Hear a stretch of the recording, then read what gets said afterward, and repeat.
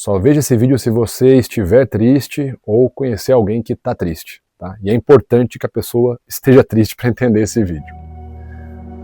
Olá, meu nome é Vitor Santos, você está no meu canal, esse aqui não é o canal Metaforando. Aqui nesse canal eu falo um pouco sobre comportamento, filosofia, enfim, retrato algumas vivências aqui, relato algumas vivências minhas também. E primeiramente eu quero pedir desculpa para você que me acompanha aqui no canal Vitor Santos. Eu sei que eu fui muito relapso em relação a conteúdo, eu fiquei bastante tempo longe, mas provavelmente tem um pouquinho a ver também com o que eu vou abordar no vídeo aqui hoje, né, no nosso tema de volta.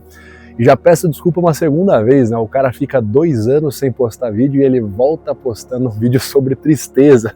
Pô, meio bad vibes o negócio, né?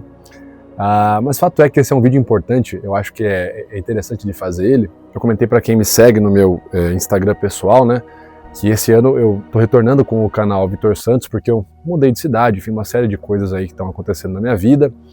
E a dúvida era que vídeo que eu utilizo para voltar a publicar o conteúdo, né? E aí me veio na cabeça, estava lendo esse livro aqui, O Não Desperdice Sua Vida, do Ansel Grum, que é um monge beneditino, né? E ele estava falando em dado capítulo sobre a tristeza e o porquê que é importante a gente ficar triste, né? E eu falei, poxa, acho interessante falar sobre isso, porque muitas pessoas me seguem, não só no Metaforando, mas no canal Vitor Santos também.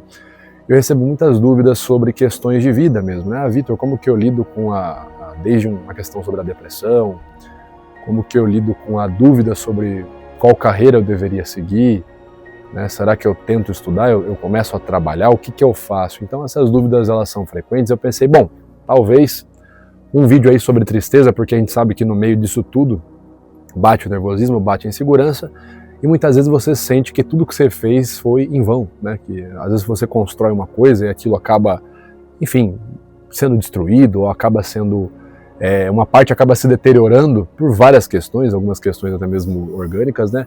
E é muito comum aquela sensação de que a gente gastou tempo da vida, né? Até o interessante, o título desse livro é justamente isso, né? Não desperdice sua vida. Então, quando bate esse sentimento de que você desperdiçou tempo, de que você investiu sua vida, né, seu tempo em algo à toa, ou que nada vai voltar a ser como era, e você tem a lembrança de uma época que era boa, um momento da sua vida que foi bom, e você fala, poxa, não vai voltar a ser como era, eu acho que às vezes bate a tristeza. Bom, o Ekman define a tristeza, em linguagem das emoções, como sendo a emoção mais associada à perda, né? Então o gatilho universal da tristeza seria a perda. Quando a gente sente que algo foi embora, algo que era valioso para nós, uma pessoa, né? De repente uma cidade que você morava, uma casa que você morou, um bem material, você pode se sentir triste por perder aquele bem material, por perder uma vida, né? Não equiparando as coisas, obviamente, mas pode acontecer quando você tem uma perda na sua vida. E a tristeza é uma emoção que deixa a gente letárgico. Mais especificamente dizendo, é uma das emoções que mais nos deixam de maneira não funcional.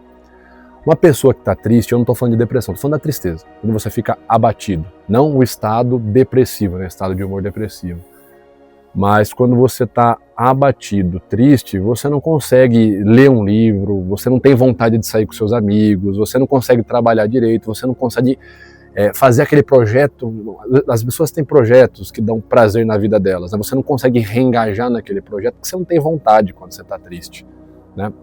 Então a tristeza é uma emoção que dificulta com que a gente se torne novamente funcional. E aí entra a questão do livro, né? O Ansel Grum, ele fala no livro que existe uma certa ânsia na sociedade, principalmente hoje em dia, por todo ser humano ele tem que se mostrar muito funcional. Você já percebeu isso nas redes sociais? Uma pessoa, sei lá, ela perde alguém, ou ela tem uma perda, e ela, de certa forma, precisa postar. Não, mas já estou trabalhando, já estou voltando ativa, é isso aí, já voltei a acordar 4 da manhã, velho, estamos aqui firmes e fortes, e não, nada nos abate.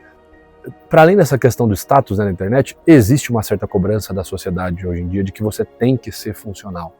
Você vê a questão, por exemplo, eu tenho filhas, né, pequenas, e muita criança é diagnosticada com TDAH, né, o transtorno de déficit de atenção e hiperatividade.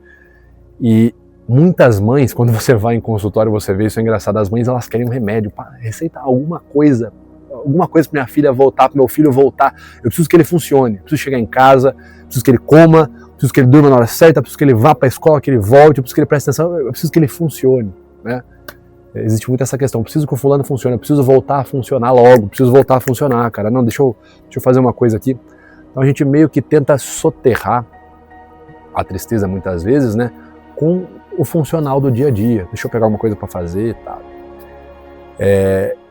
E isso inclusive me lembra um outro livro muito conhecido, que é o Cavaleiro Preso na Armadura, do John Bunyan, que basicamente tem um pedaço do livro que o cavaleiro ele não consegue mais tirar a armadura, ele criou uma armadura para ele e essa armadura ele usou ela por tanto tempo que ela não sai mais. É uma metáfora ali também, né? Para o momento da vida que você tem que desapegar de certas ideias, certas coisas ali. Mas tem um momento que é o castelo do silêncio, e é nesse castelo que ele fica mais triste, porque ele percebe, por exemplo, as falhas dele, né? As ambições mesquinhas que ele teve na vida. E ele só consegue perceber isso quando ele fica em silêncio. É um castelo que você entra numa sala e ela só se abre, a próxima porta da próxima sala só se abre quando você fica em silêncio, né? Isso é lá pro meio para o final do livro, né? O Cavaleiro Preso na Armadura. Só que como ele fala muito, ele conversa sozinho, ele sempre tem a mania de falar, ele chega lá, ele entra nesse castelo sem ninguém. Então ele é obrigado a ficar sozinho e em silêncio.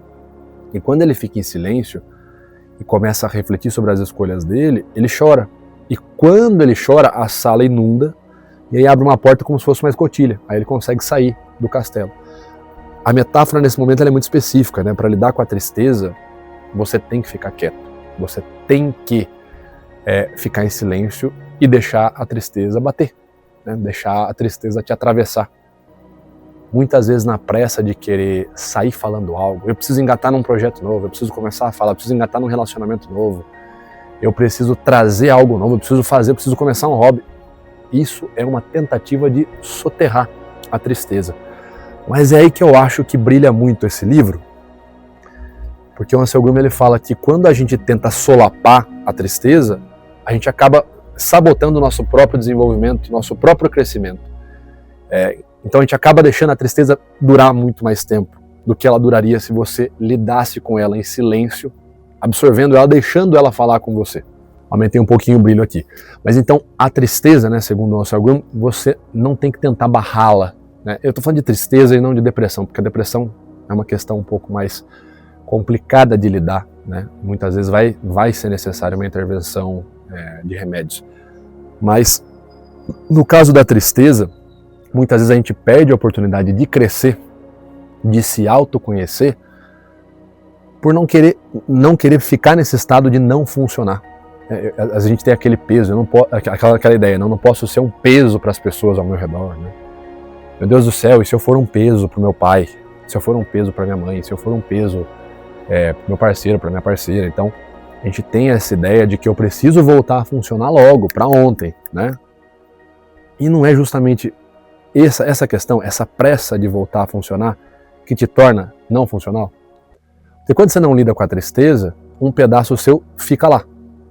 Ele fica ali surrupiado, né, por esse espírito, desse estado de humor negativo, esse estado de humor que te puxa para baixo.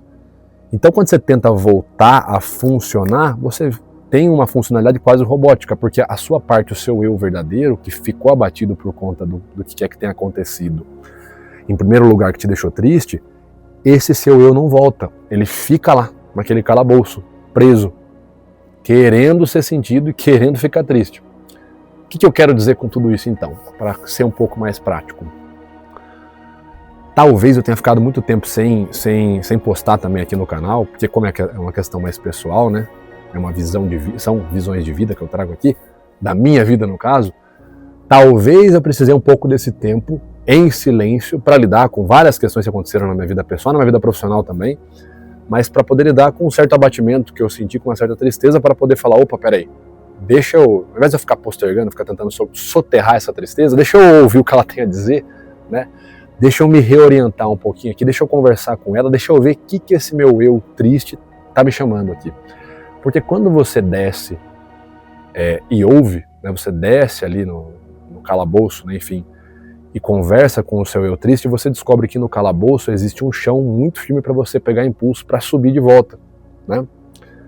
É igual afundar. Se você nunca desce até o fim de uma piscina que é funda, quem já nadou naquelas piscinas olímpicas de 2,30 metros de profundidade sabe que é algo bem, bem fundo mesmo. Se você não vai até o fundo, você não consegue pegar impulso para subir de volta. Então é um pouco disso que o Ansel Groom traz aqui, que eu concordo com ele. Ele fala que a gente não tem que ter receio, enxergar a tristeza com maus olhos, enxergar como se a gente fosse um fardo. Até porque se a gente preza mesmo as pessoas ao nosso redor, se a gente ama elas, se a gente ama, se a gente respeita a nossa história, na verdade, se a gente tem vontade de voltar a funcionar de verdade, o que a gente precisa fazer é o quanto antes, então, conversar com a tristeza, descer até o fundo da nossa alma, conversar com aquele cativo que está preso no calabouço de nós mesmos, para que a gente acabe encontrando ali o chão firme para poder pegar impulso e subir de volta, né? Enfim, ficou mais escuro, acabei planejando o horário um pouco errado para gravar, tive que buscar minha filha na escola agora, então não deu para gravar mais cedo, mas espero que esse seja um bom retorno para a gente aqui no canal Vitor Santos. Espero que, se você estiver triste, que você converse com você mesmo, chegue aí no seu calabouço, né? Veja o que a sua parte triste tem a te dizer. Ela vai sugerir alguma mudança para você prestar atenção no que ela tem a dizer. Ela vai, talvez, conversando com ela, você vai descobrir coisas que você não concorda mais, coisas que você talvez deva desapegar, né? Coisas que você talvez deva começar a fazer na sua vida, práticas que você deva começar a ter. E aí vocês dois voltam juntos do calabouço mais fortes, né, para seguir em frente aí, certo? Bom, pessoal, é isso. Meu nome é Vitor Santos. Se você gostou desse vídeo, se inscreve aqui no canal para ter mais informações sobre a minha visão de vida, enfim, sobre essas questões aqui que eu trago. Muito obrigado e voltamos. É isso aí. Valeu!